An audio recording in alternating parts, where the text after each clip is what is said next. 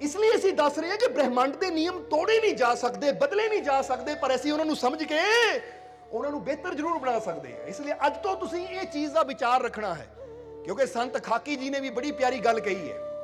ਸੰਤ ਖਾਕੀ ਹੋਏ ਹੈ, ਜਿੱਦਾਂ ਸੰਤ ਕਬੀਰ ਹੋਏ ਹੈ ਜਾਂ ਹੋਰ ਗੁਰੂ ਰਹਿਬਰਾਂ ਦੇ ਨਾਮ ਆਉਂਦੇ, ਇਸੇ ਤਰ੍ਹਾਂ ਇੱਕ ਸੰਤ ਹੋਏ ਆ ਖਾਕੀ ਜੀ, ਉਹਨਾਂ ਦਾ ਨਾਮ ਸੀ।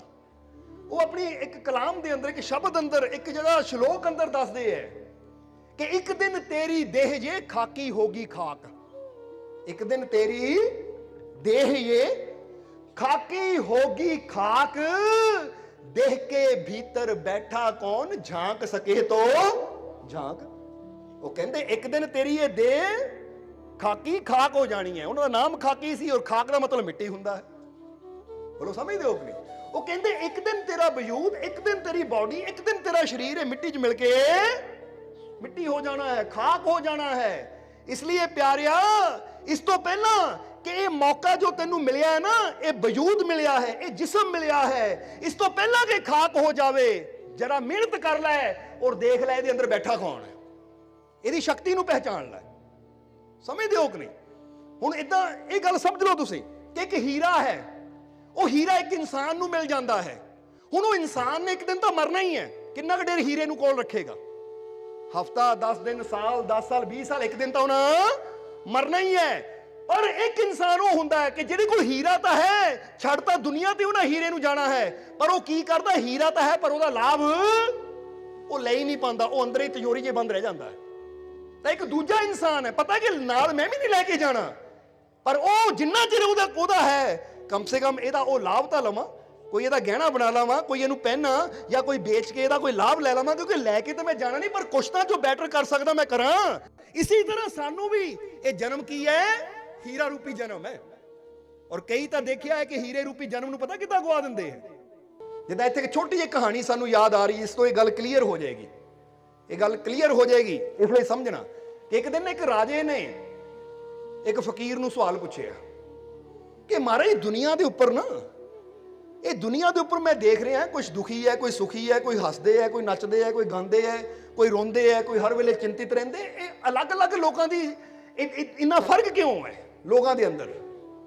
ਤਾਂ ਉਸ ਲਈ ਫਕੀਰਾਂ ਨੇ ਬੜੀ ਪਿਆਰੀ ਗੱਲ ਕਹੀ। ਫਕੀਰ ਕਹਿੰਦੇ ਰਾਜਾ, ਇਹ ਫਰਕ ਸਿਰਫ ਇਨਸਾਨ ਦੀ ਆਪਣੀ ਸਮਝ ਦਾ ਹੈ, ਆਪਣੀ ਸਮਝ ਦਾ ਹੈ। ਤਾਂ ਉਸ ਵੇਲੇ ਰਾਜੇ ਨੇ ਕਿਹਾ ਮਹਾਰਾਜ ਮੈਂ ਸਮਝਿਆ ਨਹੀਂ ਕਿ ਸਮਝ ਦਾ ਫਰਕ ਕਿੱਦਾਂ? ਤਾਂ ਉਸ ਵੇਲੇ ਫਕੀਰ ਕਹਿੰਦੇ ਰਾਜਾ ਜੇ ਸਮਝਣਾ ਚਾਹੁੰਦਾ ਹੈ ਨਾ ਤਾਂ ਫਿਰ ਇਸ ਤਰ੍ਹਾਂ ਕਰੀ ਕਿ ਮੈਂ 4 ਆਦਮੀਆਂ ਨੂੰ ਕੱਲ ਨੂੰ ਲੈ ਕੇ ਆਉਂਗਾ ਤੇਰੇ ਕੋਲ। ਕਿੰਨੇ ਆਦਮੀ? 4 ਆਦਮੀ ਤੇਰੇ ਕੋਲ ਲੈ ਕੇ ਆਉਂਗਾ, ਔਰ ਉਹਨਾਂ 4 ਆਦਮੀਆਂ ਨੂੰ ਤੂੰ ਗੁਲਾਬ ਦੀ ਇੱਕ ਇੱਕ ਕਲਮ ਦੇਣੀ ਹੈ। ਗੁਲਾਬ ਦੀ ਕੀ ਦੇਣੀ ਹੈ? ਇੱਕ ਇੱਕ ਕਲਮ। ਹੁਣ ਰਾਜੇ ਨੇ ਕਿਹਾ ਜੀ ਉਹਦੇ ਨਾਲ ਕੀ ਹੋਏਗਾ? ਤਾਂ ਫਕੀਰਾਂ ਨੇ ਕਿਹਾ ਤੇਰੇ ਸਵਾਲ ਦਾ ਜਵਾਬ ਮਿਲੇਗਾ ਕਿ ਦੁਨੀਆ ਤੇ ਜੀਵਨ ਤਾਂ ਪਰਮਾਤਮਾ ਸਾਰਿਆਂ ਨੂੰ ਦਿੰਦਾ, ਪਰ ਕੋਈ ਦੁਖੀ ਕਿਉਂ, ਕੋਈ ਸੁਖੀ ਕਿਉਂ, ਕੋਈ ਹੱਸਦਾ ਕਿਉਂ, ਕੋਈ ਰੋਂਦਾ ਕਿਉਂ ਹੈ, ਕੋਈ ਖੁਸ਼ ਕਿਉਂ ਹੈ, ਤਾਂ ਕੋਈ ਪਰੇਸ਼ਾਨ ਕਿਉਂ ਹੈ, ਇਹ ਤੋਂ ਪਤਾ ਲੱਗ ਜਾਏਗਾ। ਰਾਜਾ ਕਹਿੰਦਾ ਜੀ ਠੀਕ ਹੈ, ਕੋਈ ਗੱਲ ਨਹੀਂ। ਅਗਲੇ ਦਿਨ ਫਕੀਰ 4 ਆਦਮੀ ਲਿਆਏ, ਔਰ 4 ਨੂੰ ਫਕੀਰਾਂ ਨੇ ਇੱਕੋ ਹੀ ਤਰ੍ਹਾਂ ਦੇ ਕੱਪੜੇ ਪਾਏ ਤਾਂ ਕਿ ਪਤਾ ਨਾ ਲੱਗੇ ਕਿਹੜਾ ਕੌਣ ਹੈ। ਨਹੀਂ ਤਾਂ ਪਹਿਰਾਵੇ ਤੋਂ ਹੀ ਪਤਾ ਲੱਗ ਜਾਂਦਾ ਹੈ ਕਿ ਆਹ ਬੰਦਾ ਆਹ ਲੱਗਦਾ ਹੈ, ਤਾਂ ਆਹ ਬੰਦਾ, ਜਿਹਦਾ ਬੰਦਾ ਦੇਖ ਕੇ ਕਹਿੰਦੇ ਨਾ ਡਾਕਟਰ ਹੈ, ਆਹ ਵਕੀਲ ਹੈ, ਪਹਿਰਾਵੇ ਤੋਂ ਪਤਾ ਲੱਗ ਜਾਂਦਾ ਹੈ। ਫਕੀਰਾਂ ਨੇ 4 ਨੂੰ ਇੱਕੋ ਹੀ ਕੱਪੜੇ ਪਾਏ ਤਾਂ ਕਿ ਰਾਜੇ ਨੂੰ ਪਤਾ ਨਾ ਲੱਗੇ ਕਿ ਇਹਨਾਂ ਪੇਸ਼ਾ ਕੀ ਹੈ, ਕੰਮ ਕੀ ਹੈ। ਜਦੋਂ 4 ਹੀ ਰਾਜੇ ਦੇ ਦਰਬਾਰ 'ਚ ਆ ਗਏ ਤਾਂ ਉਸ ਵੇਲੇ ਫਕੀਰਾਂ ਨੇ ਗੁਲਾਬ ਦੀ ਕਲਮ, ਕਿਉਂਕਿ ਤੁਹਾਨੂੰ ਪਤਾ ਹੈ ਗੁਲਾਬ ਦੀ ਕਲਮ, ਹਾਲਾਂਕਿ ਉਹਨੂੰ ਕੋਈ ਗੁਲਾਬ ਨਹੀਂ ਹੁੰਦਾ, ਕੋਈ ਫੁੱਲ ਨਹੀਂ ਹੁੰਦੇ, ਪਰ ਡੰਡੀਆਂ ਹੀ ਹੁੰਦੀਆਂ, ਉਹ 4 ਦੇ ਹੱਥ ਵਿੱਚ ਦੇ ਦਿੱਤੀ। ਔਰ ਫਕੀਰਾਂ ਨੇ ਜਿੱਦਾਂ ਸਮਝਾਇਆ ਸੀ ਰਾਜੇ ਨੂੰ ਕਿ ਰਾਜੇ ਨੇ ਉਹਨਾਂ ਨੂੰ ਕਿਹਾ ਕਿ ਕਲਮ ਲੈ ਜਾਓ ਔਰ 1.25 ਮਹੀਨੇ ਬਾਅਦ ਇਹਨੂੰ ਲੈ ਕੇ ਮੇਰੇ ਕੋਲ ਆਓ। ਕੀ ਕਰਨਾ? 1.25 ਮਹੀਨੇ ਬਾਅਦ ਇਹ ਕਲਮ ਨੂੰ ਲੈ ਕੇ ਮੇਰੇ ਕੋਲ ਆਓ। ਹੁਣ 4 ਹੀ ਰਾਜੇ ਦੀ ਦਿੱਤੀ ਹੋਈ ਕਲਮ ਨੂੰ ਲੈ ਕੇ, ਕਿਉਂਕਿ ਰਾਜੇ ਨੇ ਦਿੱਤੀ ਇਸ ਲਈ ਰਾਜੇ ਨੇ ਕਿਹਾ ਖਾਸ ਖਿਆਲ ਰੱਖਿਓ ਇਹ ਕਲਮ ਦਾ, ਸਪੈਸ਼ਲ ਖਿਆਲ ਰੱਖਿਓ, ਕਿਉਂਕਿ ਇਹ ਰਾਜੇ ਦਾ ਤੋਹਫਾ ਆਇਆ ਔਰ ਵਾਪਸ ਮੈਨੂੰ ਇਹੀ ਚਾਹੀਦੀ ਹੈ। ਇਸ ਲਈ 1.25 ਮਹੀਨੇ ਬਾਅਦ, 2 ਮਹੀਨੇ ਬਾਅਦ ਲੈ ਕੇ ਵਾਪਸ ਆ ਜਾਇਓ। ਹੁਣ ਜਦੋਂ ਚਲੇ ਗਏ ਤਾਂ ਰਾਜੇ ਨੇ ਕਿਹਾ ਮਹਾਰਾਜ ਇੱਕ ਸਵਾਲ ਪੁੱਛਿਆ ਸੀ, ਹੁਣ ਤੁਸੀਂ ਉਹਨਾਂ ਨੂੰ ਕਲਮ ਵੀ ਦੇਤੀ, 2 ਮਹੀਨੇ ਦਾ ਸਮਾਂ ਵੀ ਦੇ ਦਿੱਤਾ, ਤਾਂ ਮੈਨੂੰ ਜਵਾਬ ਤਾਂ ਦੇ ਦਿਓ। ਤਾਂ ਫਕੀਰ ਨੇ ਕਿਹਾ ਰਾਜਾ ਤੈਨੂੰ ਵੀ 2 ਮਹੀਨੇ ਇੰਤਜ਼ਾਰ ਕਰਨਾ ਪੈਣਾ ਹੈ, ਕਿਉਂਕਿ ਕੁਝ ਚੀਜ਼ਾਂ ਹੁੰਦੀਆਂ ਉਹ ਸਮਝਾਈਆਂ ਨਹੀਂ ਜਾਂਦੀਆਂ, ਦਿਖਾਈਆਂ ਜਾਂਦੀਆਂ। ਹੁਣ ਰਾਜਾ ਨੇ ਕਿਹਾ ਜੀ ਠੀਕ ਹੈ, ਤੁਹਾਡੇ ਕਹਿਣ ਤੇ ਮੈਂ ਇੰਤਜ਼ਾਰ ਕਰ ਲਾਂਗਾ। ਸਮਾਂ ਗੁਜ਼ਰਿਆ, 2 ਮਹੀਨੇ ਗੁਜ਼ਰੇ। 2 ਮਹੀਨੇ ਬਾਅਦ ਜਦੋਂ ਫਕੀਰ ਰਾਜੇ ਦੇ ਕੋਲ ਆਏ ਤਾਂ ਰਾਜੇ ਨੇ ਕਿਹਾ ਮਹਾਰਾਜ ਹੁਣ 2 ਮਹੀਨੇ ਦਾ ਸਮਾਂ ਹੋ ਗਿਆ, ਹੁਣ ਤਾਂ ਮੇਰੇ ਸਵਾਲ ਦਾ ਜਵਾਬ ਦਿਓ। ਤਾਂ ਉਸ ਵੇਲੇ ਫਕੀਰਾਂ ਨੇ ਕਿਹਾ ਕਿ ਪਹਿਲਾਂ ਉਹ 4 ਆਦਮੀਆਂ ਨੂੰ ਨਾ ਬੁਲਾਈਏ ਦਰਬਾਰ ਦੇ ਅੰਦਰ, ਜਿਨ੍ਹਾਂ ਨੂੰ 2 ਮਹੀਨੇ ਪਹਿਲਾਂ ਕਲਮ ਦਿੱਤੀ ਸੀ। ਹੁਣ ਕਹਿੰਦੇ ਜਦੋਂ ਉਹਨਾਂ 4 ਨੂੰ ਬੁਲਾਇਆ ਗਿਆ ਤਾਂ ਬੁਲਾਉਂਦੇ ਹੀ ਜਦੋਂ ਦਰਬਾਰ 'ਚ ਉਹ ਹਾਜ਼ਰ ਹੋਏ ਤਾਂ ਉਹਨਾਂ ਨੂੰ ਵੀ ਪਤਾ ਸੀ ਕਿ ਰਾਜੇ ਨੇ ਕਿਹਾ ਸੀ ਕਿ 1.25 ਮਹੀਨੇ ਜਾਂ 2 ਮਹੀਨੇ ਬਾਅਦ ਇੱਕ ਟਾਈਮ ਰੱਖਿਆ ਸੀ, ਕਲਮ ਲੈ ਕੇ ਆਣੀ ਹੈ। ਜਦੋਂ ਆ ਗਏ ਉਹ ਤਾਂ ਰਾਜੇ ਨੇ ਕਿਹਾ ਮੇਰੀ ਕਲਮ ਕਿੱਥੇ ਹੈ? ਤਾਂ ਇੱਕ ਨੇ ਉਹ ਕਲਮ ਜਦੋਂ ਅੱਗੇ ਪੇਸ਼ ਕੀਤੀ ਇੱਕ ਥਾਲੀ ਦੇ ਵਿੱਚ, ਇੱਕ ਥਾਲੀ ਸੀ ਚਾਂਦੀ ਦੀ ਥਾਲੀ, ਉੱਪਰ ਰੇਸ਼ਮੀ ਕੱਪੜਾ। ਤਾਂ ਜਦੋਂ ਇਦਾਂ ਅੱਗੇ ਕੀਤੀ ਤਾਂ ਰਾਜੇ ਨੇ ਕਿਹਾ ਮੈਂ ਕਲਮ ਮੰਗੀ ਹੈ, ਥਾਲੀ ਕੀ ਹੈ? ਉਹ ਕਹਿੰਦਾ ਮਹਾਰਾਜ ਦੇਖੋ ਤਾਂ ਸਹੀ। ਜਦੋਂ ਕੱਪੜਾ ਹਟਾਇਆ ਤਾਂ ਦੇਖਿਆ ਉਹ ਕਲਮ ਨੂੰ ਨਾ ਉੱਪਰ ਵੀ ਸੋਨਾ ਥੱਲੇ ਵੀ ਸੋਨਾ, ਸੋਨੇ 'ਚ ਘੜੀ ਹੋਈ ਹੈ। ਯਾਨੀ ਉਹ ਇੱਕ ਸੁਨਾਰ ਸੀ ਜਿਨ੍ਹਾਂ ਨੂੰ ਸੋਨਾ ਚੜਾ ਦਿੱਤਾ ਕਿ ਰਾਜੇ ਦੀ ਕਲਮ ਹੈ, ਤੈਨੂੰ ਜਰਾ ਅੱਛੀ ਤਰ੍ਹਾਂ ਘੜ ਕੇ ਨਾ ਸੋਨੇ 'ਚ ਫਿਰ ਰਾਜੇ ਨੂੰ ਦੇਵਾਂ। ਕਈ ਵਾਰ ਤੁਸੀਂ ਦੇਖਦੇ ਹੋ ਨਾ ਕਿ ਉਹ ਇੱਕ ਖੂੰਡਾ ਹੁੰਦਾ, ਉਹਦੇ ਬੰਦਾ ਉੱਪਰ ਲੋਹੇ ਦੀ ਉਹ ਲਾ ਦਿੰਦਾ ਹੈ ਤਾਂ ਕਿ ਦੇਖਣ ਨੂੰ ਸੋਹਣਾ ਲੱਗੇ। ਇਸੇ ਤਰ੍ਹਾਂ ਉਹਨਾਂ ਕਲਮ ਨੂੰ ਇੱਧਰ ਵੀ ਸੋਨੇ ਦੀ ਉਹ ਲਾਤੀ, ਉੱਧਰ ਵੀ ਸੋਨੇ ਦੀ ਲਾਤੀ, ਗੱਭੇ ਵੀ ਸੋਨਾ ਜਿਹਾ ਲਾ ਕੇ ਪੇਸ਼ ਕਰ ਦਿੱਤੀ ਕਿ ਮਹਾਰਾਜ ਮੇਰਾ ਕੰਮ ਸੋਨੇ ਦਾ ਸੁਨਿਆਰ ਦਾ ਕੰਮ ਹੈ, ਤੁਸੀਂ ਮੈਨੂੰ ਕੋਈ ਚੀਜ਼ ਦੇਵੋ ਤਾਂ ਦੇਖੋ ਮੈਂ ਇਦਾਂ ਤੁਹਾਡੀ ਚੀਜ਼ ਜਾਨ ਤੋਂ ਵੀ ਜ਼ਿਆਦਾ ਪਿਆਰੀ ਰੱਖੀ। ਰਾਜਾ ਦੇਖ ਕੇ ਬੜਾ ਖੁਸ਼ ਹੋਇਆ। ਰਾਜੇ ਨੇ ਕਿਹਾ ਦਿਓ ਇਹਨੂੰ ਇਨਾਮ, ਕਿ ਨਾ ਮੇਰੀ ਚੀਜ਼ ਨੂੰ ਇੰਨਾ ਪਿਆਰ ਨਾ ਰੱਖਿਆ। ਉਹਨੂੰ ਜੋ ਇਨਾਮ ਦੇਣਾ ਸੀ ਦਿੱਤਾ। ਸੁਨਿਆਰ ਖੁਸ਼, ਇੱਕ ਪਾਸੇ ਖੜ ਗਿਆ ਇਨਾਮ ਲੈ ਕੇ। ਫਿਰ ਫਕੀਰਾਂ ਨੇ ਦੂਜੇ ਨੂੰ ਬੁਲਾਇਆ। ਦੂਜਾ ਜਦੋਂ ਆਇਆ ਤਾਂ ਉਹਨਾਂ ਵੀ ਕਲਮ ਅੱਗੇ ਪੇਸ਼ ਕੀਤੀ, ਪਰ ਉਹ ਜਿਹੜੀ ਕਲਮ ਸੀ ਉਹਦੇ ਤੇ ਕਢਾਈ ਕੀਤੀ ਹੋਈ ਹੈ। ਯਾਨੀ ਸਧਾਰਨ ਕਲਮ ਤੇ ਬੜੀ ਬਰੀਕ ਬਰੀਕ ਬੂਟੀਆਂ ਦੀ ਕਢਾਈ ਕੀਤੀ ਗਈ ਹੈ। ਤਾਂ ਰਾਜੇ ਨੇ ਕਿਹਾ ਬੜੀ ਪਿਆਰੀ ਕਢਾਈ ਕੀਤੀ ਹੈ, ਤੂੰ ਕੌਣ ਹੈ? ਕਹਿੰਦਾ ਜੀ ਮੈਂ ਇੱਕ ਲੱਕੜ ਦਾ ਸ਼ਿਲਪਕਾਰ ਹਾਂ, ਜਿਹਦਾ ਕੰਮ ਹੁੰਦਾ ਲੱਕੜ ਦੀਆਂ ਚੀਜ਼ਾਂ ਤੇ ਮੀਨਾਕਾਰੀ ਕਰਨੀ, ਫੁੱਲ ਬਣਾਣੇ, ਬੇਲ ਬੂਟੀਆਂ ਬਣਾਉਣੀਆਂ। ਸਮਝਦੇ ਹੋ ਕਿ ਨਹੀਂ? ਕਿਉਂਕਿ ਕਾਰੀਗਰ ਤਾਂ ਇਦਾਂ ਦੇ ਵੀ ਹੁੰਦੇ ਨੇ, ਚੌਲ ਦੇ ਦਾਣਿਆਂ ਤੇ ਵੀ ਨਾਮ ਲਿਖਾਇਆ ਕਿ ਨਹੀਂ ਤੁਸੀਂ ਕਦੀ? ਇੰਨੀ ਬਰੀਕੀ ਨਾਲ ਵੀ ਕੰਮ ਕਰ ਦਿੰਦੇ ਆ। ਫਿਰ ਉਹ ਤਾਂ ਸੀਗੀ ਕਲਮ ਇੱਕ ਲੱਕੜ ਦੀ, ਉਹਨੇ ਇੰਨਾ ਪਿਆਰਾ ਕੱਢ ਦਿੱਤਾ। ਕਹਿੰਦਾ ਮਹਾਰਾਜ ਮੈਂ ਸੋਚਿਆ ਰਾਜੇ ਦੀ ਕਲਮ ਹੋਵੇ, ਇਹਨੂੰ ਜਿੰਨਾ ਮੈਂ ਸੁੰਦਰ ਬਣਾ ਸਕਦਾ ਬਣਾ ਦੇਵਾਂ। ਆਹ ਦੇਖੋ। ਰਾਜਾ ਬੜਾ ਖੁਸ਼ ਹੈ, ਕਹਿੰਦੇ ਦਵੋ ਇਹਨੂੰ ਵੀ ਇਨਾਮ। ਇਹਨੂੰ ਤਾਂ ਇੱਕ ਸਧਾਰਨ ਜੀ ਲੱਕੜ ਨੂੰ ਕਿੰਨਾ ਸੋਹਣਾ ਬਣਾ ਦਿੱਤਾ, ਉੱਤੇ ਕਢਾਈ ਜੀ ਕਰਕੇ। ਹੁਣ ਉਹਨੂੰ ਵੀ ਕਰ ਦਿੱਤਾ ਗਿਆ, ਇਨਾਮ ਦੇ ਕੇ ਖੜਾ ਕਰਤਾ। ਵੀ ਤੀਜੇ ਇਨਸਾਨ ਨੂੰ ਬੁਲਾਇਆ। ਜਦੋਂ ਤੀਜੇ ਇਨਸਾਨ ਨੂੰ ਬੁਲਾਇਆ, ਉਹਨੂੰ ਬੁਲਾ ਕੇ ਰਾਜੇ ਨੇ ਪੁੱਛਿਆ ਹਾਂ ਵੀ ਮੇਰੀ ਕਲਮ ਕਿੱਥੇ ਹੈ, ਦਿਖਾ। ਤਾਂ ਉਹਨਾਂ ਜਦੋਂ ਕਲਮ ਅੱਗੇ ਦਿਖਾਈ ਤਾਂ ਉਹਨਾਂ ਵੀ ਦੀ ਥਾਲੀ 'ਚ ਪੇਸ਼ ਕੀਤੀ।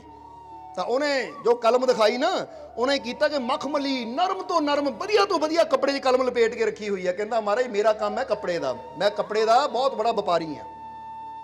ਸ਼ਾਇਦ ਇਹਨੂੰ ਬਜਾਜ ਦਾ ਕੰਮ ਕਿਹਾ ਜਾਂਦਾ ਹੈ, ਇਦਾਂ ਮਤਲਬ ਮੈਂ ਬਹੁਤ ਕੱਪੜੇ ਦਾ ਵਪਾਰੀ ਹਾਂ। ਮੈਂ ਸੋਚਿਆ ਕਿ ਰਾਜੇ ਦੀ ਕਲਮ ਮੇਰੇ ਕੋਲ ਆਈ, ਤੈਨੂੰ ਸਭ ਤੋਂ ਕੀਮਤੀ ਕੱਪੜੇ 'ਚ ਲਪੇਟ ਕੇ ਸੰਭਾਲ ਕੇ ਰੱਖਾਂ, ਇਸ ਲਈ ਆ ਲਓ। ਰਾਜਾ ਕਹਿੰਦਾ ਠੀਕ ਆ ਭਾਈ, ਇਹਨੂੰ ਵੀ ਇਨਾਮ ਦੇ ਦਿਓ। ਹੁਣ ਬਾਕੀਆਂ ਨੂੰ ਦਿੱਤਾ ਹੈ ਤਾਂ ਰਾਜੇ ਦੇ ਘਰ 'ਚ ਕਾਹਦੀ ਕਮੀ, ਇਹਨੂੰ ਵੀ ਦਿਓ। ਹੁਣ ਚੌਥੇ ਦੀ ਵਾਰੀ ਆਈ ਤਾਂ ਰਾਜੇ ਨੇ ਚੌਥੇ ਨੂੰ ਪੁੱਛਿਆ, ਫਕੀਰ ਵੀ ਕੋਲ ਬੈਠੇ ਹੈ। ਉਹ ਕਹਿੰਦੇ ਮੇਰੀ ਕਲਮ ਕਿੱਥੇ ਹੈ? ਉਹ ਕਹਿੰਦਾ ਮਹਾਰਾਜ ਰੁਕੋ ਰੁਕੋ। ਉਹਦੇ ਕੋਲ ਕੋਈ ਥਾਲੀ ਨਹੀਂ ਸੀ। ਤਾਂ ਕੀ ਸੀ ਉਹਦੇ ਕੋਲ? ਇੱਕ ਪਾਲਕੀ ਸੀ। ਇੱਕ ਪਾਲਕੀ ਜਿਹੜੀ 2 ਬੰਦਿਆਂ ਨੇ ਚੱਕੀ ਹੋਈ ਹੈ। ਜਦੋਂ ਉਹ ਪਾਲਕੀ ਅੰਦਰ ਆਈ, ਉਹ ਰਾਜਾ ਕਹਿੰਦਾ ਕਮਾਲ ਦੀ ਗੱਲ ਹੈ, ਮੈਂ ਆਪਣੀ ਕਲਮ ਪੁੱਛਦਾ ਪਾਲਕੀ ਕਾਹਤੇ ਮੰਗਾਈ ਹੈ? ਕਹਿੰਦਾ ਮਹਾਰਾਜ ਦੇਖੋ ਤਾਂ ਸਹੀ। ਜਦੋਂ ਉਹਨਾਂ ਪਾਲਕੀ ਦਾ ਪਰਦਾ ਚੱਕਿਆ ਤਾਂ ਦੇਖਿਆ ਉਹਦੇ 'ਚ ਬੜਾ ਸੁੰਦਰ ਗਮਲਾ ਹੈ, ਔਰ ਗਮਲੇ ਦੇ ਵਿੱਚ ਉਹ ਕਲਮ ਲੱਗੀ ਹੋਈ ਹੈ, ਜਿੱਤੇ ਉਹ ਗੁਲਾਬ ਦੇ ਫੁੱਲਾਂ ਨਾਲ ਉਹ ਕਲਮ ਭਰੀ ਹੋਈ ਹੈ। ਕਹਿੰਦਾ ਲਓ ਮਹਾਰਾਜ ਆ ਤੁਹਾਡੀ ਕਲਮ। ਉਹ ਰਾਜਾ ਕਹਿੰਦਾ ਮੈਂ ਤਾਂ ਇੱਕ ਕਲਮ ਦਿੱਤੀ ਸੀ, ਲੱਕੜ ਦਿੱਤੀ ਸੀ, ਇਹ ਕੀ? ਤਾਂ ਉਸ ਲਈ ਫਕੀਰ ਕਹਿੰਦੇ ਦਰਅਸਲ ਮਹਾਰਾਜ ਇਹ ਮਾਲੀ ਹੈ। ਇਹ ਕੌਣ ਹੈ? ਮਾਲੀ ਹੈ। ਔਰ ਮਾਲੀ ਨੂੰ ਪਤਾ ਹੁੰਦਾ ਕਿ ਕਲਮ ਨੂੰ ਕਿੱਦਾਂ ਲਾਇਆ ਜਾਵੇ ਤੇ ਇਹਦੇ ਅੰਦਰੋਂ ਫੁੱਲ ਜਲਦੀ ਤੋਂ ਜਲਦੀ। ਇਹਨਾਂ 2 ਮਹੀਨਿਆਂ 'ਚ ਇਦਾਂ ਦੀ ਖਾਦ ਇਦਾਂ ਪਾਣੀ ਪਾਇਆ ਕਿ ਦੇਖ ਲਓ ਸਧਾਰਨ ਜਿਹੀ ਕਲਮ ਨੇ ਇੱਕ ਪੌਦਾ ਬਣ ਗਿਆ, ਔਰ ਕਿੰਨੇ ਫੁੱਲ ਉੱਤੇ ਲੱਗੇ ਹੋਏ ਆ, ਮਹਿਕ ਰਹੇ ਆ। ਰਾਜੇ ਨੇ ਜਦੋਂ ਦੇਖਿਆ ਤਾਂ ਰਾਜਾ ਹੈਰਾਨ ਰਹਿ ਗਿਆ। ਵਾਕਈ ਮੈਂ ਸੋਚਿਆ ਵੀ ਨਹੀਂ ਸੀ ਕਲਮ 'ਚ ਇੰਨਾ ਸੁੰਦਰ ਪੌਦਾ ਨਿਕਲ ਸਕਦਾ, ਇੰਨੇ ਸੋਹਣੇ ਫੁੱਲ। ਗੁਲਾਬ ਤਾਂ ਮੈਂ ਬਹੁਤ ਦੇਖੇ ਪਰ ਇੰਨਾ ਸੁੰਦਰ, ਬੜੀ ਮਿਹਨਤ ਕੀਤੀ ਹੈ ਇਸਨੇ। ਤਾਂ ਉਸ ਲਈ ਫਕੀਰ ਨੇ ਕਿਹਾ ਮਹਾਰਾਜ ਹੁਣ ਇੱਥੇ ਤੁਹਾਡੇ ਸਵਾਲ ਦਾ ਜਵਾਬ ਦੇਣ ਦਾ ਸਮਾਂ ਵੀ ਆ ਗਿਆ। ਹੁਣ ਤੁਸੀਂ ਦੇਖੋ ਕਲਮ 4 ਨੂੰ ਇੱਕੋ ਹੀ ਦਿੱਤੀ ਤੁਸੀਂ, ਕੋਈ ਫਰਕ ਨਹੀਂ ਸੀ। ਹੁਣ ਤੁਹਾਨੂੰ ਵੀ ਜੇ ਮੈਂ ਪੁੱਛਾਂ, ਫਕੀਰ ਕੀ ਕਹਿੰਦੇ ਮਹਾਰਾਜ ਤੁਹਾਨੂੰ ਜੇ ਮੈਂ ਪੁੱਛਾਂ ਤਾਂ ਸੱਚ ਦੱਸਿਓ ਕਿ ਕਲਮ ਦੀ ਸਹੀ ਕੀਮਤ ਕਿਹਨਾਂ ਪਾਈ? ਆ ਸੁਨਿਆਰ ਨੇ ਜਿਹਨਾਂ ਸੋਨਾ ਮੜ ਦਿੱਤਾ ਇੱਥੇ, ਉਹਨੇ? ਉਹ ਕਾਰਪੇਂਟਰ ਨੇ ਜਾਂ ਕਹਿ ਲਓ ਕਲਾਕਾਰ ਨੇ, ਸ਼ਿਲਪਕਾਰ ਨੇ ਜਿਹਨੇ ਇਹਨੂੰ ਛਿਲ ਕੇ ਇੱਥੇ ਕਢਾਈ ਕਰ ਦਿੱਤੀ, ਉਹਨੇ? ਜਾਂ ਉਹ ਬਜਾਜ ਨੇ ਜਿਹਨਾਂ ਕੱਪੜੇ 'ਚ ਲਪੇਟੀ, ਜਾਂ ਇਸ ਮਾਲੀ ਨੇ? ਰਾਜਾ ਕਹਿੰਦਾ ਅਗਰ ਦੇਖਿਆ ਜਾਵੇ ਤਾਂ ਸਹੀ ਕੀਮਤ ਇਸ ਮਾਲੀ ਦੇ ਬੇਟੇ ਨੇ ਪਾਈ ਹੈ। ਕਿਉਂਕਿ ਇਹ ਕਲਮ ਇਸ ਲਈ ਨਹੀਂ ਹੁੰਦੀ ਕਿ ਇਹਨੂੰ ਸੋਨੇ 'ਚ ਮੜਿਆ ਜਾਵੇ। ਇਹ ਕਲਮ ਇਸ ਲਈ ਨਹੀਂ ਹੁੰਦੀ ਕਿ ਇਹਨੂੰ ਕੀਮਤੀ ਮਖਮਲੀ ਕੱਪੜਿਆਂ 'ਚ ਰੱਖਿਆ ਜਾਵੇ। ਜਾਂ ਇਹ ਕਲਮ ਇਸ ਲਈ ਨਹੀਂ ਹੁੰਦੀ ਕਿ ਅਸੀਂ ਇਹ ਤੇ ਮੀਨਾਕਾਰੀ ਕਰਦੇ ਫਿਰੀਏ। ਇਹ ਕਲਮ ਤਾਂ ਇਸ ਲਈ ਹੁੰਦੀ ਕਿ ਇਹਦੇ ਅੰਦਰਲੇ ਜੋ ਫੁੱਲ ਹੈ ਉਹ ਪ੍ਰਗਟ ਹੋ ਸਕਣ, ਜੋ ਦੁਨੀਆ ਨੂੰ, ਜ਼ਮਾਨੇ ਨੂੰ ਮਹਿਕਾ ਸਕਣ। ਤਾਂ ਫਕੀਰਾਂ ਨੇ ਕਿਹਾ ਬਸ ਮਹਾਰਾਜ, ਫਿਰ ਸਮਝ ਲਓ ਕਿ ਤੁਸੀਂ ਜੋ ਸਵਾਲ ਕੀਤਾ ਸੀ ਨਾ ਕਿ ਜ਼ਿੰਦਗੀ 'ਚ ਕੋਈ ਦੁਖੀ ਹੈ, ਕੋਈ ਸੁਖੀ ਹੈ, ਕੋਈ ਹੱਸਦਾ ਹੈ, ਕੋਈ ਰੋਂਦਾ ਹੈ, ਇਹ ਕਾਰਨ ਕੀ ਹੈ? ਕਹਿੰਦੇ ਬਸ ਇਸੇ ਤਰ੍ਹਾਂ ਮਹਾਰਾਜ, ਜਿੱਦਾਂ ਤੁਸੀਂ ਕਲਮ ਦੇਣ ਵਾਲੇ ਰਾਜਾ ਇੱਕੋ ਹੀ ਹੈ, ਸਭ ਨੂੰ ਕਲਮ ਦਿੱਤੀ, ਪਰ ਉਹਦਾ ਇਸਤੇਮਾਲ ਕਿੱਦਾਂ ਕੀਤਾ ਉਹਦੀ ਸਮਝ ਹੈ। ਇਸੇ ਤਰ੍ਹਾਂ ਸਾਨੂੰ ਸਭ ਨੂੰ ਜੀਵਨ ਦੇਣ ਵਾਲਾ ਮਾਲਿਕ ਪ੍ਰਮਾਤਮਾ ਇੱਕੋ ਹੀ ਹੈ, ਪਰ ਅਸੀਂ ਉਹਦਾ ਇਸਤੇਮਾਲ ਕਿੱਦਾਂ ਕਰਦੇ ਹਾਂ ਇਹ ਸਾਡੀ ਸਮਝ ਤੇ ਨਿਰਭਰ ਕਰਦਾ ਹੈ। ਕਈ ਕੀ ਕਰਦੇ ਹੈ, ਕਈ ਤਾਂ ਸਾਰੀ ਜ਼ਿੰਦਗੀ ਯਾਰ ਮੈਂ ਸੋਨਾ ਇਕੱਠਾ ਕਰਨਾ, ਇੰਨੇ ਤੋਲੇ ਦਾ ਹਾਰ ਪਾਣਾ ਹੈ, ਇੰਨੇ ਤੋਲੇ ਦੀਆਂ ਬਾਲੀਆਂ ਪਾਣੀਆਂ, ਇੰਨੇ ਤੋਲੇ ਦੀ ਚੂੜੀ ਚਾਹੀਦੀ ਮੈਨੂੰ। ਉਹ ਸਾਰੀ ਜ਼ਿੰਦਗੀ ਆਪਣੀ ਇਹ ਜੀਵਨ ਰੂਪੀ ਕਲਮ ਨੂੰ ਸੋਨੇ 'ਚ ਬਣ ਲਾ ਦਿੰਦੇ ਆ। ਦੇਖਿਆ ਕਿ ਨਹੀਂ? ਕਈਆਂ ਦਾ ਜੀਵਨ ਹੀ ਬਸ ਗਹਿਣੇ ਪਾ ਲਓ, ਗਹਿਣੇ ਖਰੀਦ ਲਓ, ਉਹ ਬਸ ਉਹਨਾਂ ਦਾ ਧਿਆਨ ਹੀ ਇਹ ਹੁੰਦਾ ਹੈ। ਹਾਲਾਂਕਿ ਪ੍ਰਮਾਤਮਾ ਕਹਿੰਦਾ ਹੈ ਕਿ ਅਸਲੀ ਗਹਿਣਾ ਕਿਹੜਾ ਹੈ, ਜਰਾ ਗੌਰ ਕਰੋ। ਅੱਛਾ, ਅੱਖਾਂ ਦਾ ਅਸਲੀ ਗਹਿਣਾ ਕੀ ਹੈ? ਕਾਜਲ ਹੈ, ਅਸਲੀ ਸ਼ਿੰਗਾਰ? ਜਾਂ ਇਹਨਾਂ ਹੱਥਾਂ ਦਾ ਅਸਲੀ ਸ਼ਿੰਗਾਰ ਕੀ ਹੈ? ਇਹਨਾਂ ਪੈਰਾਂ ਦਾ ਅਸਲੀ ਸ਼ਿੰਗਾਰ ਕੀ ਹੈ? ਤੇ ਇਹਦੇ ਬਾਰੇ ਤਾਂ ਅਸੀਂ ਕਈ ਵਾਰ ਦੱਸਿਆ ਕਿ ਸ਼੍ਰੀ ਕ੍ਰਿਸ਼ਨ ਨੇ ਬੜਾ ਖੁੱਲ ਕੇ ਕਿਹਾ ਹੈ ਕਿ ਹੱਥਾਂ ਦਾ ਅਸਲੀ ਸ਼ਿੰਗਾਰ ਕੰਗਣ ਨਹੀਂ ਹੈ, ਚੂੜੀਆਂ ਨਹੀਂ ਹੈ। ਇਹਨਾਂ ਹੱਥਾਂ ਦਾ ਅਸਲੀ ਸ਼ਿੰਗਾਰ ਹੈ ਜਦੋਂ ਇਹਨਾਂ ਹੱਥਾਂ ਨਾਲ ਕੁਝ ਭਲਾਈ ਦਾ ਕੰਮ ਕਰਦੇ ਆ, ਕਿਸੇ ਭੁੱਖੇ ਨੂੰ ਭੋਜਨ ਦਿੰਦੇ ਆ, ਕੋਈ ਦਾਨ ਪੁੰਨ ਦਾ ਕੰਮ ਕਰਦੇ ਆ, ਉਹ ਹੈ ਹੱਥਾਂ ਦਾ ਅਸਲੀ ਸ਼ਿੰਗਾਰ। ਉਦੋਂ ਸਮਝਦੇ ਹੋ ਕਿ ਨਹੀਂ? ਕਹਿੰਦੇ ਨੇ ਕਿਸੇ ਨੇ ਐਂਡਿਓ ਕਾਰਨੇਗੀ ਨੂੰ ਪੁੱਛਿਆ, ਬਹੁਤ ਅਮੀਰ ਆਦਮੀ ਸੀ, ਕਿ ਮਹਾਰਾਜ ਤੁਹਾਡੀ ਦੌਲਤ ਕਿੰਨੀ ਹੈ? ਕਿਸੇ ਪੱਤਰਕਾਰ ਨੇ ਪੁੱਛਿਆ ਕਾਰਨੇਗੀ ਨੂੰ, ਤਾਂ ਉਸਨੇ ਉਹਨਾਂ ਕਿਹਾ ਕਿ ਮੇਰੀ ਦੌਲਤ $4 ਕਰੋੜ ਹੈ ਉਸ ਵੇਲੇ ਦੇ ਹਿਸਾਬ ਨਾਲ। ਯਾਨੀ ਇਹ ਗੱਲ ਸਮਝ ਲਓ ਕਿ 1947, 50, 60 ਇਹਦੇ ਲਾਗੇ ਛਾਗੇ ਦੀ ਹੈ। ਉਹ ਕਹਿੰਦੇ ਉਸ ਵੇਲੇ ਦੇ ਹਿਸਾਬ ਨਾਲ ਤਾਂ ਇਹ ਡਾਲਰ ਜਿਹੜੇ ਆ ਕਰੋੜ ਬਹੁਤ ਜ਼ਿਆਦਾ ਹੁੰਦੇ ਸੀ। ਜਿੱਦਾਂ ਬੰਦਾ ਕਹਿ ਨਾ ਪਿੱਛੇ ਚੱਲ ਜਾਓ, ਅੱਜ ਤੋਂ 100 ਸਾਲ ਪਹਿਲਾਂ ਤਾਂ 1 ਰੁਪਏ ਦੀ ਕੀਮਤ, 10 ਰੁਪਏ ਦੀ ਕੀਮਤ ਬਹੁਤ ਜ਼ਿਆਦਾ ਹੁੰਦੀ ਸੀ। ਤਨਖਾਹਾਂ ਕਿੰਨੀਆਂ ਹੁੰਦੀਆਂ ਸੀ? 75 ਰੁਪਏ, 80 ਰੁਪਏ, 60 ਰੁਪਏ, ਇਦਾਂ ਤਨਖਾਹਾਂ ਹੁੰਦੀਆਂ ਸੀ। ਤਾਂ ਉਸ ਵੇਲੇ ਉਹਨਾਂ ਕਿਹਾ ਕਿ ਮੇਰੀ ਦੌਲਤ ਉਹ ਇੰਨੇ ਕਰੋੜ ਹੈ। ਉਹ ਕਹਿੰਦਾ ਮਹਾਰਾਜ, ਪੱਤਰਕਾਰ ਕਹਿੰਦਾ ਬਸ ਜਿੱਥੇ ਤੱਕ ਮੈਂ ਜਾਣਿਆ ਤੁਸੀਂ ਤਾਂ ਅਰਬਾਂ ਦੇ ਮਾਲਿਕ ਹੋ, ਅਰਬਾਂ ਦੇ ਮਾਲਿਕ ਹੋ। ਤੁਸੀਂ ਆ 4-5 ਕਰੋੜ ਹੀ ਕਹੀ ਜਾਂਦੇ ਹੋ ਮੇਰੀ ਸੰਪਤੀ 4 ਜਾਂ 5 ਕਰੋੜ ਦੀ ਹੈ। ਤੁਸੀਂ ਤਾਂ ਅਰਬਾਂ ਦੇ ਮਾਲਿਕ ਹੋ, ਕਿ ਤੁਸੀਂ ਇਹ ਗੱਲ ਕਿਉਂ ਕਹਿ ਰਹੇ ਹੋ? ਤਾਂ ਕਾਰਨੇਗੀ ਨੇ ਬੜੀ ਪਿਆਰੀ ਗੱਲ ਕਹੀ। ਉਹ ਕਹਿੰਦਾ ਠੀਕ ਹੈ, ਵੈਸੇ ਮੇਰੇ ਬੈਂਕ 'ਚ ਮੇਰੀਆਂ ਫੈਕਟਰੀਆਂ ਅਰਬਾਂ ਦਾ ਮਾਲਿਕ ਹੈ, ਪਰ ਜਿਹੜਾ ਮੈਂ 4-5 ਕਰੋੜ ਦਾ ਹਿਸਾਬ ਦਿੱਤਾ ਨਾ ਉਦਾਂ ਮੋਟਾ ਇਹ ਮੈਂ ਇਸ ਲਈ ਦਿੱਤਾ, ਇਹ 4-5 ਕਰੋੜ ਹੀ ਮੈਂ ਰੱਬ ਦੇ ਰਸਤੇ ਖਰਚ ਕੀਤੇ ਹੈ, ਬਾਕੀ ਤਾਂ ਸਾਰਾ ਅਕਾਊਂਟਾਂ 'ਚ ਹੈ। ਜੇ ਮੈਂ ਕੱਲ ਨੂੰ ਮਰ ਗਿਆ ਤਾਂ ਜਿਹੜਾ ਮੈਂ ਰੱਬ ਦੇ ਰਸਤੇ ਖਰਚ ਕੀਤਾ ਉਹੀ ਮੇਰਾ ਉੱਥੇ ਗਿਣਿਆ ਜਾਣਾ ਕਿ ਇੰਨੇ ਦਾ ਮਾਲਿਕ ਸੀ, ਕਿਉਂਕਿ ਇੰਨਾ ਮੇਰੇ ਰਸਤੇ ਖਰਚ ਕੀਤਾ, ਨੇਕੀ ਦੇ ਰਸਤੇ ਖਰਚ ਕੀਤਾ। ਜਿਹੜਾ ਬੈਂਕਾਂ 'ਚ ਰਹਿ ਜਾਣਾ ਉਹ ਰੱਬ ਦੇ ਘਰ 'ਚ ਕੋਈ ਉਹਦਾ ਹਿਸਾਬ ਨਹੀਂ ਹੋਣਾ ਕਿ ਬੈਂਕਾਂ 'ਚ ਕਿੰਨਾ ਛੱਡ ਕੇ ਆਇਆ। ਨਹੀਂ, ਜ਼ਰਾ ਸੋਚ ਕੇ ਦੇਖੋ, ਜਦੋਂ ਤੁਸੀਂ ਮਰਨਾ ਹੈ ਤਾਂ ਉੱਥੇ ਇਹ ਨਹੀਂ ਪੁੱਛਿਆ ਜਾਣਾ ਕਿ ਤੇਰੀ ਜੇਬ 'ਚ ਕਿੰਨਾ ਛੱਡ ਕੇ ਮਰਿਆ, 10 ਲੱਖ ਛੱਡ ਕੇ ਮਰਿਆ, 10,000 ਛੱਡ ਕੇ ਮਰਿਆ, ਜਾਂ ਅਕਾਊਂਟ ਵਿੱਚ ਕਿੰਨਾ ਸੀ, ਜਾਂ ਘਰ ਦੀ ਤਿਜੋਰੀ 'ਚ ਕਿੰਨਾ ਸੀ। ਨਹੀਂ, ਉੱਥੇ ਕਿਹੜੇ ਚੀਜ਼ ਦੀ ਹਿਸਾਬ ਹੋਣੀ ਹੈ?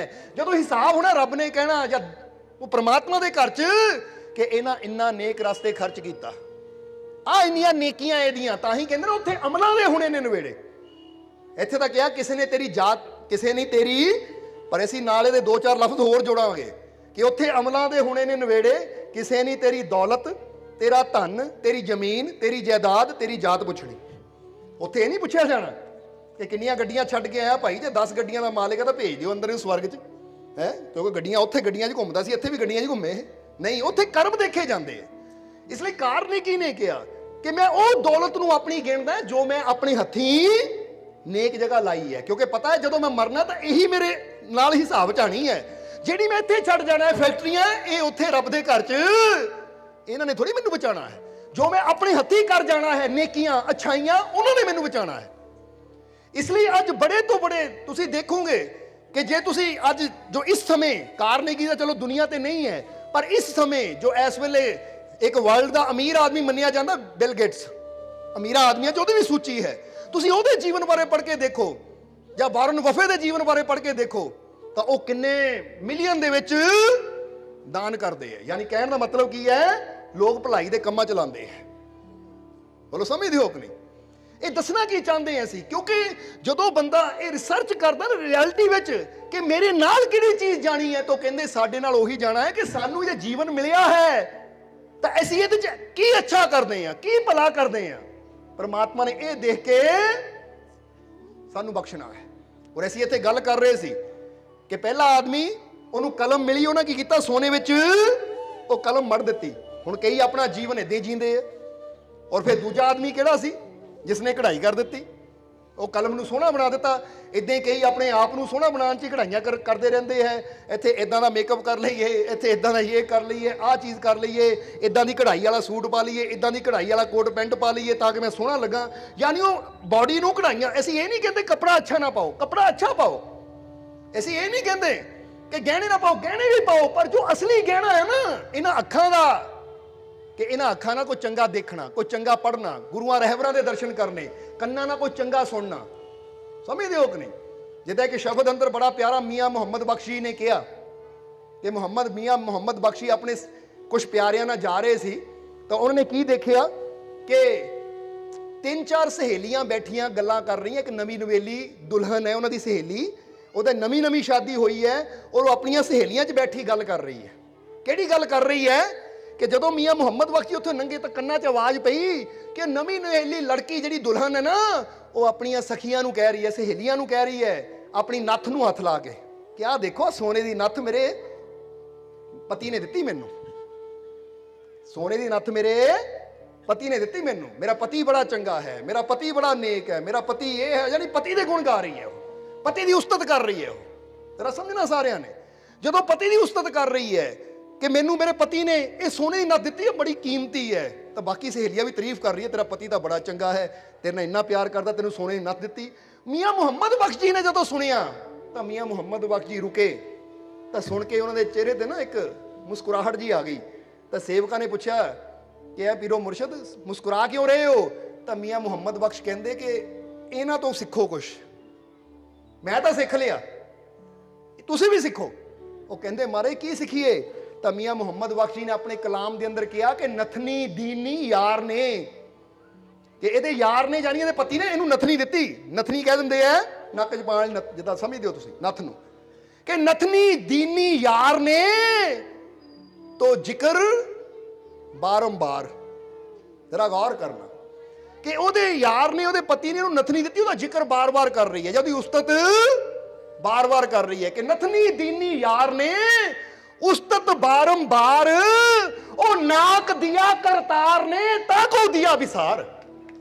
ਕਮਾਲ ਦੀ ਗੱਲ ਹੈ। ਮੀਆਂ ਮੁਹੰਮਦ ਬਖਸ਼ ਜੀ ਕਹਿੰਦੇ ਕਿ ਉਹ ਯਾਰ ਨੇ ਨੱਥ ਦੇ ਦਿੱਤੀ, ਉਹਦੇ ਵਾਸਤੇ ਉਹਦਾ ਬੜਾ ਚੰਗਾ, ਤਾਂ ਜਿਹਨੇ ਤੈਨੂੰ ਨੱਕ ਦਿੱਤਾ ਉਹ ਪ੍ਰਮਾਤਮਾ ਦਾ ਵੀ ਕਦੀ ਕਿਹਾ ਕਿ ਉਹ ਬੜਾ ਚੰਗਾ ਹੈ, ਉਹ ਪ੍ਰਮਾਤਮਾ ਬੜਾ ਅੱਛਾ ਹੈ, ਧੰਨਵਾਦ ਉਹ ਪ੍ਰਭੂ ਦਾ। ਉਹ ਜੇ ਨੱਕ ਹੀ ਨਾ ਉਹ ਦਿੰਦਾ ਤਾਂ ਨੱਥ ਕਿੱਥੋਂ ਪੈਣੀ ਸੀ? ਜ਼ਰਾ ਸੋਚੋ, ਜ਼ਰੂਰੀ ਨੱਕ ਹੈ ਜਾਂ ਜ਼ਰੂਰੀ ਨੱਥ ਹੈ? ਜੇ ਨੱਥ ਜ਼ਰੂਰੀ ਹੁੰਦੀ ਫਿਰ ਤਾਂ ਬੰਦੇ ਵੀ ਪਾ ਕੇ ਘੁੰਮਦੇ, ਭਾਈ ਇਹ ਜ਼ਰੂਰੀ ਹੈ, ਬੰਦੇ ਨੇ ਕਿਸੇ ਨੇ ਪਾਈ ਹੈ? ਇਹ ਤਾਂ ਸਿਰਫ ਇੱਕ ਫੈਸ਼ਨ ਹੈ। ਫੈਸ਼ਨ ਦਾ ਮਤਲਬ ਇੱਕ ਆਪਣੇ ਆਪ ਦਾ ਸ਼ਿੰਗਾਰ ਹੈ, ਪਰ ਜ਼ਰੂਰੀ ਨਥਨੀ ਨਹੀਂ ਹੈ, ਜ਼ਰੂਰੀ ਹੈ ਨੱਕ ਹੈ ਸਵਾਸ ਲੈਣ ਵਾਸਤੇ। ਜੇ ਨੱਕ ਨਾ ਹੋਵੇ ਤਾਂ ਤੁਸੀਂ ਦੇਖੋ ਨਾ, ਨੱਕ ਬੰਦ ਕਰਕੇ ਬੋਲਣਾ ਹੀ ਔਖਾ ਲੱਗਦਾ ਹੈ। ਬੋਲੋ ਸਮਝਦੇ ਹੋ ਕਿ ਨਹੀਂ? ਉਹ ਕਹਿੰਦੇ ਨੱਥ ਦੇਣ ਵਾਲੇ ਦਾ ਸ਼ੁਕਰ ਕਰਦੇ ਐ, ਬੜਾ ਚੰਗਾ, ਬੜਾ ਪਿਆਰਾ, ਮੈਨੂੰ ਬੜਾ ਪਿਆਰ ਕਰਦਾ। ਤਾਂ ਜਿਸਨੇ ਤੈਨੂੰ ਜ਼ਿੰਦਗੀ ਦਿੱਤੀ, ਉਹ ਜਿਸਨੇ ਤੈਨੂੰ ਜੀਵਨ ਦਿੱਤਾ, ਦੇਖਣ ਨੂੰ ਅੱਖਾਂ ਦਿੱਤੀਆਂ, ਸੁਣਨ ਨੂੰ ਕੰਨ ਦਿੱਤੇ, ਬੋਲਣ ਨੂੰ ਜ਼ੁਬਾਨ ਦਿੱਤੀ, ਹੱਥ ਪੈਰ ਦਿੱਤੇ, ਕਦੀ ਉਹਦਾ ਵੀ ਜ਼ਿਕਰ ਕੀਤਾ? ਕਦੀ ਉਹਦੀ ਵੀ ਉਸਤਤ ਕੀਤੀ ਕਿ ਮੈਂ ਆਪਣੇ ਮਾਲਿਕ ਦਾ ਸ਼ੁਕਰ ਕਰਾਂ? ਕਿ ਜੇ ਉਹ ਜ਼ਿੰਦਗੀ ਨਾ ਦਿੰਦਾ ਤਾਂ ਇਹ ਕੱਪੜਾ ਕਿੱਥੋਂ ਪਾਣਾ ਸੀ ਮੈਂ, ਇਹ ਪੈਰਾਂ ਜੁੱਤੀ ਕਿੱਥੋਂ ਪਾਣੀ ਸੀ ਮੈਂ, ਇਹ ਕੰਨਾਂ 'ਚ ਬਾਲੀਆਂ ਜਾਂ ਜੋ ਵੀ ਬੰਦਾ ਸ਼ਿੰਗਾਰ ਕਰਦਾ ਕਿੱਥੋਂ ਕਰਨਾ ਸੀ ਅਗਰ ਮੇਰਾ ਇਹ ਸਰੀਰ ਹੀ ਨਾ ਪ੍ਰਮਾਤਮਾ ਦਿੰਦਾ। ਇਸ ਲਈ ਜਿਹੜਾ ਇਹ ਸਰੀਰ ਨੂੰ ਸ਼ਿੰਗਾਰਨ ਦਾ ਸਮਾਨ ਦੇਵੇ ਉਹਦਾ ਧੰਨਵਾਦ ਬਾਅਦ ਵਿੱਚ, ਪਹਿਲਾਂ ਜਿਹਨੇ ਮੈਨੂੰ ਇਹ ਜਿਸਮ ਦਿੱਤਾ, ਬਾਡੀ ਦਿੱਤੀ, ਸਰੀਰ ਦਿੱਤਾ, ਸਭ ਤੋਂ ਪਹਿਲਾਂ ਧੰਨਵਾਦ ਉਹਦਾ, ਪਹਿਲਾਂ ਉਹਦੀ ਉਸਤਤ ਕਰੀਏ। ਸਮਝ ਆ ਰਹੀ ਕਿ ਨਹੀਂ? ਹੁਣ ਇੱਥੇ ਅਸੀਂ ਵੀ ਦੇਖੀਏ, ਕੋਈ ਸਾਨੂੰ ਕੱਪੜਾ ਗਿਫਟ ਕਰ ਦਿੰਦਾ, ਲੈ ਵੀ ਧੰਨਵਾਦ, ਕੱਪੜਾ ਬੜਾ ਵਧੀਆ ਦਿੱਤਾ। ਵਿਆਹਾਂ ਸ਼ਾਦੀਆਂ 'ਚ ਹੁੰਦਾ ਕਿ ਨਹੀਂ, ਜਾਂ ਪਾਰਟੀ ਦੇ ਕੋਈ ਦੇ ਦੇਵੇ ਸਾਨੂੰ, ਠੀਕ ਹੈ, ਉਹਦਾ ਧੰਨਵਾਦ ਕਰੋ। ਅਸੀਂ ਇਹ ਨਹੀਂ ਕਹਿੰਦੇ।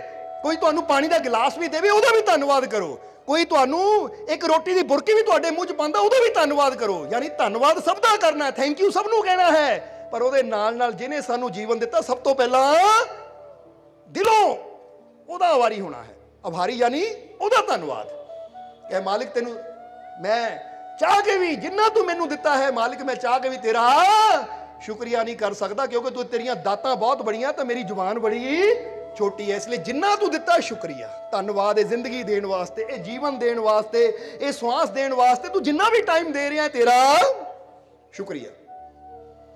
ਇਸ ਲਈ ਨਥਨੀ ਦੀਨੀ ਯਾਰ ਨੇ ਤਾਂ ਉਸਤਤ ਬਾਰੰਬਾਰ, ਉਹਦੀ ਉਸਤਤ ਬਾਰ-ਬਾਰ ਹੋ ਰਹੀ ਹੈ।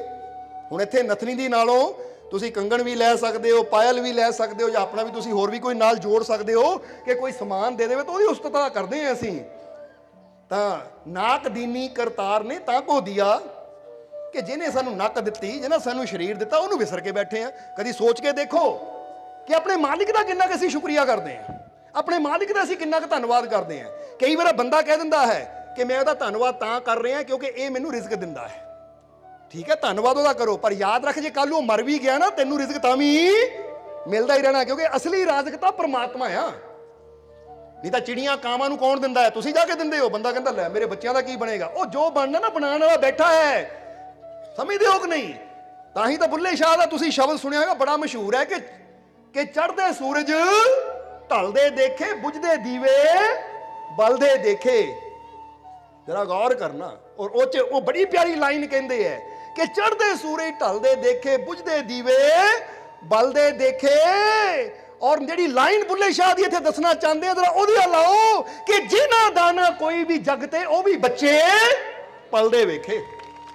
ਕਹਿੰਦੇ ਦੁਨੀਆ ਤੇ ਜਿਨ੍ਹਾਂ ਦਾ ਕੋਈ ਨਹੀਂ ਹੈ ਨਾ, ਅਨਾਥ ਹੈ, ਪਲ ਤਾਂ ਉਹ ਵੀ ਜਾਂਦੇ ਆ, ਕਿਉਂਕਿ ਮੈਂ ਜੀ ਅਨਾਥ ਹੈ। ਉਹ ਕਹਿੰਦੇ ਅਨਾਥਾਂ ਦਾ ਨਾਥ ਤਾਂ ਉਹ ਮਾਲਿਕ ਹੈ, ਜਿਹੜਾ ਵਿਸ਼ਵਾਸ ਰੱਖਦਾ ਕਿ ਮੈਨੂੰ ਰਿਜ਼ਕ ਦੇਣ ਵਾਲਾ ਮੇਰਾ ਮਾਲਿਕ ਹੈ। ਜਿੱਦਾਂ ਕਹਾਣੀ ਇੱਥੇ ਕਿ ਸਾਨੂੰ ਯਾਦ ਆ ਗਈ, ਬਹੁਤ ਪਿਆਰੀ ਕਹਾਣੀ ਹੈ ਕਿ ਇੱਕ ਨਾ ਬਹੁਤ ਬੜੇ ਫਕੀਰ ਹੋਏ ਹੈ। ਬਾਬਾ ਫਰੀਦ ਦੇ ਗੁਰੂ ਦਾ ਨਾਮ ਪਤਾ ਕਿ ਨਹੀਂ? ਕੁਤਬੁਦੀਨ ਉਹਦਾ ਨਾਮ ਸੀ। ਕੀ ਨਾਮ ਸੀ?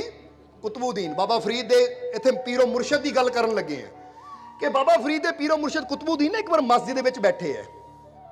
ਮਸਜਿਦ ਦੇ ਵਿੱਚ ਗਏ ਤਾਂ ਉੱਥੇ ਉਸ ਵੇਲੇ ਦਾ ਸਮੇਂ ਦਾ ਬਾਦਸ਼ਾਹ ਆ ਗਿਆ। ਕੌਣ ਆ ਗਿਆ? ਉਸ ਸਮੇਂ ਦਾ ਬਾਦਸ਼ਾਹ। ਹੁਣ ਬਾਦਸ਼ਾਹ ਵੀ ਕੁਤਬੁਦੀਨ ਜੀ ਨੂੰ ਬੜਾ ਜਾਣਦਾ ਸੀ ਕਿ ਬੜੇ ਕਾਮਿਲ ਫਕੀਰ ਹੈ, ਬੜੀ ਕਰਨੀ ਵਾਲੇ ਫਕੀਰ ਹੈ, ਬੜੀ ਪ੍ਰਮਾਤਮਾ ਦੇ ਬੰਦਗੀ ਕਰਨ ਵਾਲੇ ਸੱਚੇ ਫਕੀਰ ਹੈ।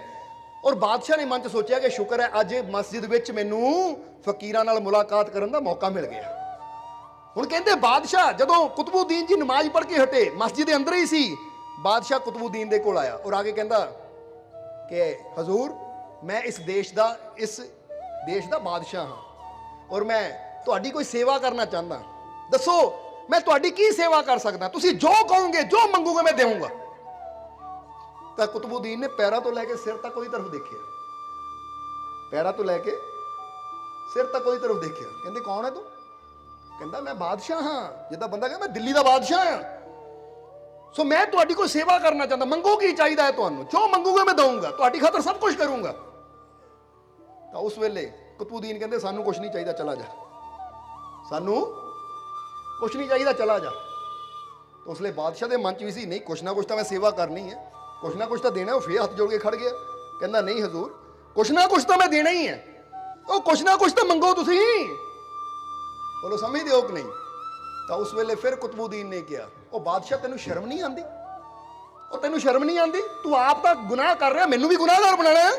ਉਹ ਰੱਬ ਦੇ ਘਰ 'ਚ ਖੜਾ ਮੈਂ, ਰੱਬ ਦੇ ਘਰ 'ਚ ਮੈਂ ਖੜਾ ਆ। ਉਹ ਜੇ ਮੰਗਣਾ ਹੋਊਗਾ ਤਾਂ ਰੱਬ ਤੋਂ ਮੰਗੋ, ਤੇਰੇ ਵਰਗੇ ਮੰਗਤੇ ਤੋਂ ਮੈਂ ਕੀ ਮੰਗਣਾ ਹੈ? ਨਾਲੇ ਤੂੰ ਕੀ ਮੈਨੂੰ ਦੇਣਾ ਹੈ? ਔਰ ਆਪਣੇ ਰੱਬ ਨੂੰ ਛੱਡ ਕੇ ਤੇਤੋਂ ਮੰਗਾ ਤਾਂ ਫੇਰ ਤਾਂ ਮੇਰੇ ਰੱਬ ਦੀ ਤੋਹੀਨ ਹੋਣੀ ਹੈ।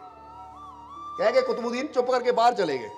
ਬਾਦਸ਼ਾਹ ਵੀ ਚੁੱਪ ਹੋ ਗਿਆ। ਪਰ ਜਦੋਂ ਬਾਹਰ ਜਾ ਕੇ ਕੁਤਬੁਦੀਨ ਜੁੱਤੀ ਪਾ ਰਹੇ ਪੈਰਾਂ 'ਚ ਤਾਂ ਫਿਰ ਬਾਦਸ਼ਾਹ ਅੱਗੇ ਹੋਇਆ ਦੌੜ ਕੇ, ਕਹਿੰਦਾ ਮਹਾਰਾਜ ਉੱਥੇ ਤਾਂ ਮਸਜਿਦ ਸੀ, ਹੁਣ ਤਾਂ ਮਸਜਿਦ ਤੋਂ ਬਾਹਰ ਹੋ ਨਾ ਤੁਸੀਂ, ਹੁਣ ਤਾਂ ਮਸਜਿਦ ਤੋਂ ਬਾਹਰੋਂ ਇੱਥੇ ਮੰਗ ਲਓ। ਤਾਂ ਚਲੋ ਰੱਬ ਦਾ ਘਰ ਸੀ, ਇੱਥੇ ਮੰਗ ਲਓ। ਤਾਂ ਕੁਤਬੁਦੀਨ ਫਿਰ ਹੱਸੇ, ਕਹਿੰਦੇ ਕਰਤੀ ਨਾ ਬਾਦਸ਼ਾਹ ਵਾਲੀ ਗੱਲ।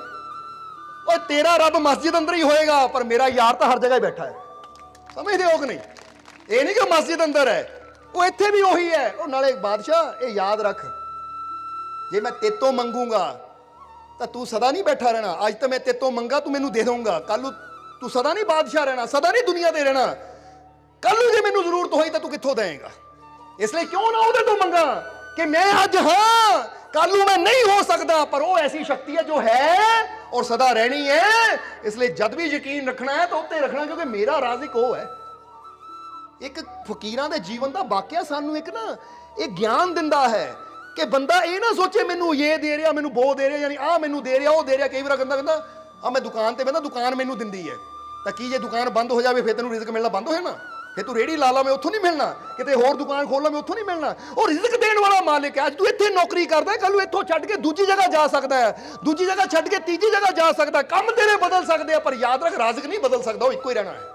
ਇਸ ਲਈ ਉੱਤੇ ਭਰੋਸਾ ਰੱਖ। ਬੋਲੋ ਸਮਝਦੇ ਹੋ ਕਿ ਨਹੀਂ? ਇਸ ਲਈ ਸਭ ਤੋਂ ਪਹਿਲਾਂ ਇਹ ਗੱਲ ਆਪਣੇ ਹਮੇਸ਼ਾ ਦਿਮਾਗ 'ਚ ਰੱਖੋ ਕਿ ਜਿਸ ਮਾਲਿਕ ਨੇ ਮੈਨੂੰ ਜ਼ਿੰਦਗੀ ਦਿੱਤੀ ਹੈ, ਜੀਵਨ ਦਿੱਤਾ, ਆਪਣੇ ਮਾਲਿਕ ਦਾ ਸਦਾ ਮੈਂ ਸ਼ੁਕਰਾਨਾ ਕਰਨਾ ਹੈ, ਆਪਣੇ ਮਾਲਿਕ ਨੂੰ ਸਦਾ ਯਾਦ ਰੱਖਣਾ ਹੈ। ਔਰ ਜਿੱਦਾਂ ਦੱਸਿਆ ਕਿ ਪੈਰਾਂ ਦਾ ਅਸਲੀ ਸ਼ਿੰਗਾਰ ਉਹ ਹੈ ਕਿ ਇਹਨਾਂ ਪੈਰਾਂ ਨਾਲ ਚੱਲ ਕੇ ਜਦੋਂ ਨੇਕ ਪਾਸੇ ਜਾਂਦੇ ਨਾ, ਇਹ ਹੈ ਪੈਰਾਂ ਦਾ ਗਹਿਣਾ। ਹੱਥਾਂ ਦਾ ਗਹਿਣਾ ਦੱਸਿਆ ਕੋਈ ਅੱਛਾਈ ਦਾ ਕਰਮ ਕਰਨਾ, ਦਾਨ ਪੁੰਨ ਨੇਕੀ ਕਰਨੀ, ਅੱਖਾਂ ਨਾਲ ਚੰਗਾ ਦੇਖਣਾ, ਜ਼ੁਬਾਨ ਨਾਲ ਚੰਗੇ ਬੋਲ ਬੋਲਣੇ। ਜਿੱਦਾਂ ਅਸੀਂ ਕਈ ਵਾਰ ਦੱਸੀ ਤਾਂ ਇਦਾਂ ਦੇ ਬੋਲ ਬੋਲੋ ਕਿ ਸੁਣਨ ਵਾਲੇ ਨੂੰ ਖੁਸ਼ੀ ਵੀ ਮਿਲੇ, ਹਿੰਮਤ ਵੀ ਮਿਲੇ, ਹੌਸਲਾ ਵੀ ਮਿਲੇ, ਉਹਨਾਂ ਦਾ ਵਿਸ਼ਵਾਸ ਵੀ ਵਧੇ। ਬੋਲੋ ਸਮਝਦੇ ਹੋ ਕਿ ਨਹੀਂ? ਕਿਉਂਕਿ ਮੌਲਾਨਾ ਰੂਮੀ ਨੇ ਬੜੀ ਪਿਆਰੀ ਗੱਲ ਕਹੀ ਹੈ। ਮੌਲਾਨਾ ਰੂਮੀ ਕਹਿੰਦੇ 3 ਚੀਜ਼ਾਂ ਚਾਹੀਦੀਆਂ ਜੀਵਨ 'ਚ ਸਫਲਤਾ ਵਾਸਤੇ ਔਰ ਖੁਸ਼ੀ ਵਾਸਤੇ। ਉਹ 3 ਚੀਜ਼ਾਂ ਕਿਹੜੀਆਂ ਮੌਲਾਨਾ ਰੂਮੀ ਨੇ ਜੋ ਦੱਸੀਆਂ? ਇੱਥੇ ਤੁਸੀਂ ਵੀ ਅਗਰ ਖੁਸ਼ੀ ਚਾਹੁੰਦੇ ਹੋ, ਸਫਲਤਾ ਚਾਹੁੰਦੇ ਹੋ ਤਾਂ ਸਮਝ ਲਓ ਤੁਸੀਂ ਵੀ। ਮੌਲਾਨਾ ਰੂਮੀ ਕਹਿੰਦੇ ਪਹਿਲੀ ਚੀਜ਼ है खुशियां और सफलता वास्ते। सब्सक्राइब कीजिए सर्व संजा दरबार कांटिया शरीफ चैनल को और बेल आइकन दबाइए मालिक जी की लेटेस्ट सत्संग की वीडियो को सबसे पहले देखने के लिए।